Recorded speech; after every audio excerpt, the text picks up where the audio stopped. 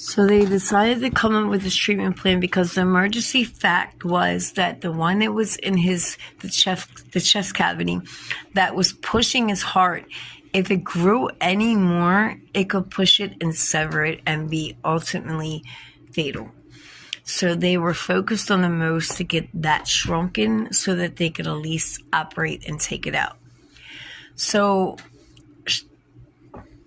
greatly was that the chemotherapy, although it was 3 different medicines combined, it had a very good success rate. So even though he was in stage 4, the chemo that they planned on using against him had advanced stage 4, like over 85% of recovery and even surviving 5 years plus. So that was phenomenal. In itself, I mean, like stage 1, stage 2, you're like 95 to 100%. So basically the chemo was phenomenally successful. So that was hopeful. So immediately that's what they did. They started the chemotherapy. My son was still intubated. He was in a pediatric ICU, and that's where we went from there.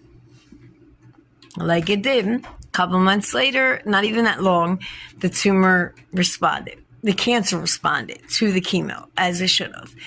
And it was at a great response. I mean, the smaller ones in his lungs had dissipated. The one in his chest that was the most concerning had actually shrunk now to like 7 centimeters, which made it operable.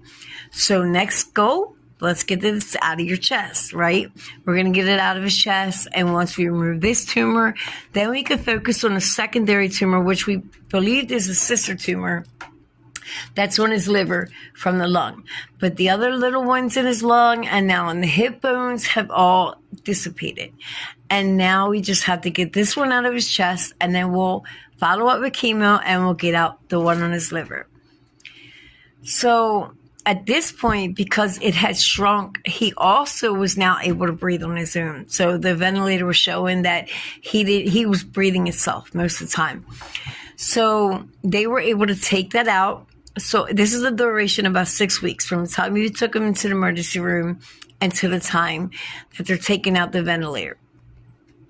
6 weeks. And then he was discharged. He was discharged to go home. So we went home and we had a scheduled appointment for the surgery in 4 weeks. So everything's going fine. He's still doing the chemo and we're waiting on a surgery that is coming in 4 weeks. Now get ready for part 3.